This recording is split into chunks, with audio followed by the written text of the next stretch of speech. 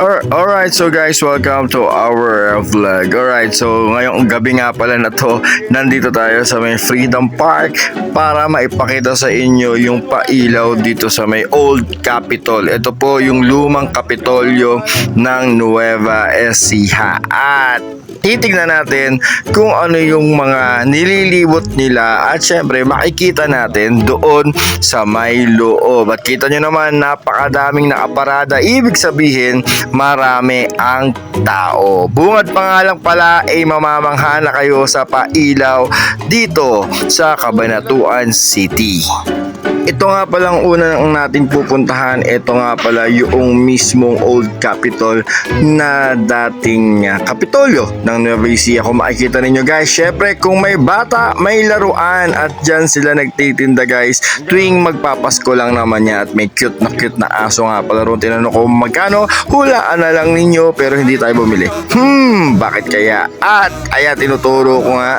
Gusto ko kasi magkaroon sana ng ganyan yung mga alaga natin. May alaga rin sila aso. At ito na nga, dire-diretso na tayo at hindi na magpapatumpik-tumpik pa tong video natin. Matagal na nga pala to dito sa aking cellphone kaya malapit ko na mabura at inedit na nga natin. Kung makikita ninyo guys, ganyan ang pailaw dito. Madaming nagkukuha ng mga picture, syempre nagsiselfie, groupie and every kind of pee. At syempre meron tayong malaking Christmas tree na umiilaw din. At iikot ko kayo in 1, 2, 3, 4. Patagal pa yata. Let's go!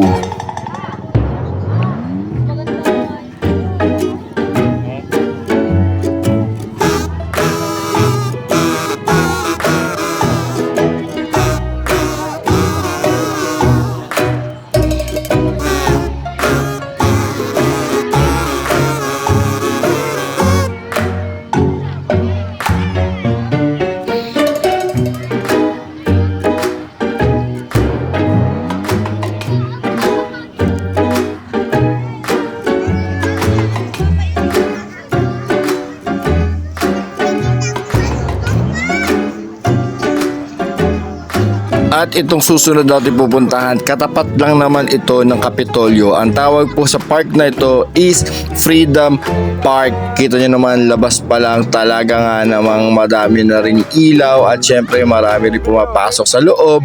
At papasok tayo sa loob niyan, ipapakita ko sa inyo kung ano yung meron dyan. At maraming bata rin na pumupunta rito guys tuwing gabi at may nakakulambo pang ang tricycle. Nag-viral yan. Siguro dyan natutulog yung may-ari ng tricycle na yan.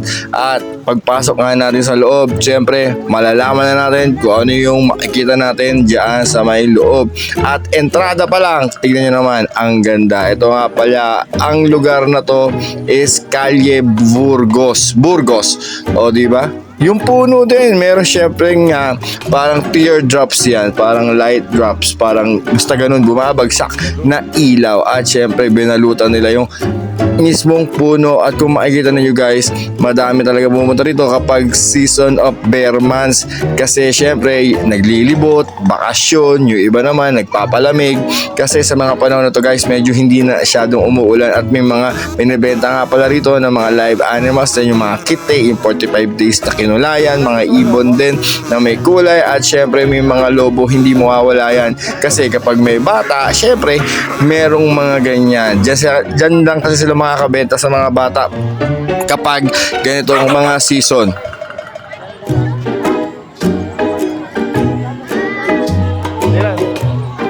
Gusto mo lang ilaw na ginagana, mga agaw tayo.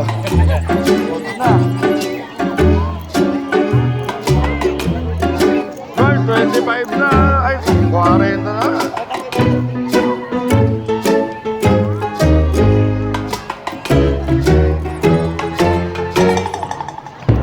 Napakalupit pa ya.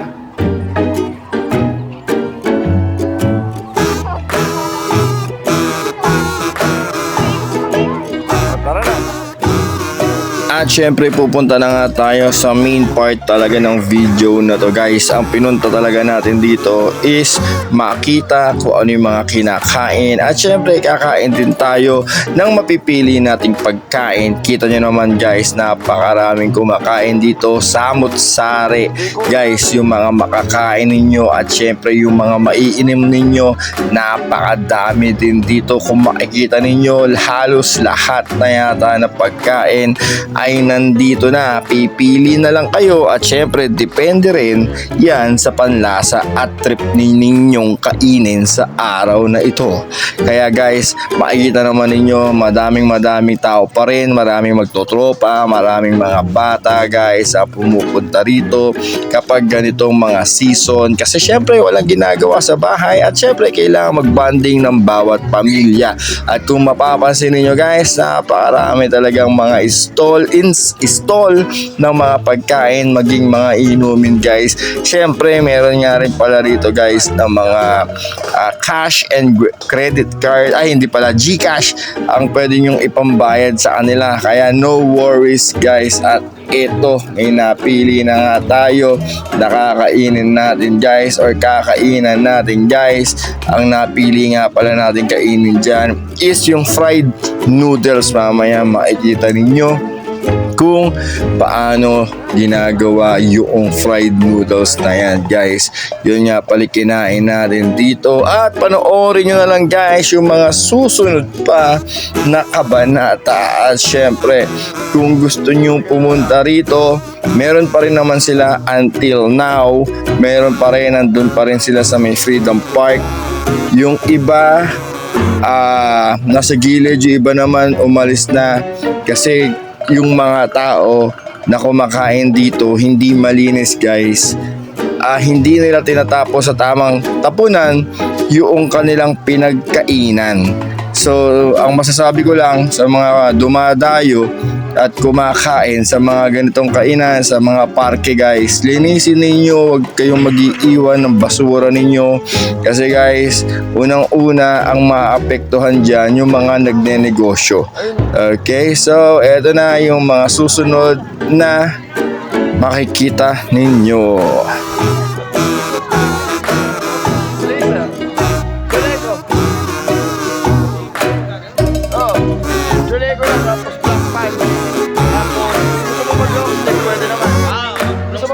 Polo lang, pwede naman. Tapos Lexus. Tapos kung gusto mo magkurbata o yung anong gano'n, pwede. Polo na lang. Ukay! Ukay, dami yun. Galing ba, show?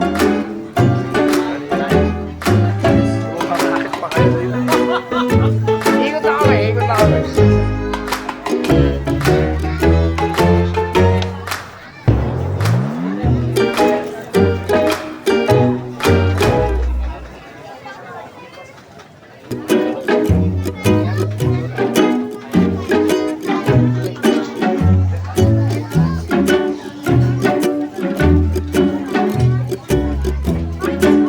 Pagkatapos ko nga palang ipakita sa inyo lahat ng pwede nyong makain at syempre masubukan pagkain dito sa may Freedom Park. Ito na nga pala in-order natin yung fried noodles na may toge guys. Ang sarap nito. Ngayon lang ako nakakain ng ganito. Well, masarap pala siya. Well, hindi siya katulad ng ibang noodles na ewan ko, basta masarap siya. Masarap yung sauce niya, masarap noodles niya. Kahit may toge siya, hindi kasi ako kumakain masyado na toge. Pero ito nakain ko guys. At ito na makikita nyo na antikiman pagkatapos dito. At syempre huwag kayong magkukuhan guys na mag-follow dito sa ating video. At syempre eto na, lalantakan na natin yan guys. Please do like and subscribe. Yan nga pala si Dylan, may utang pa sa akin yan. Eto na, titikman na natin yung fried noodles kung masarap nga ba. At ang final verdict ay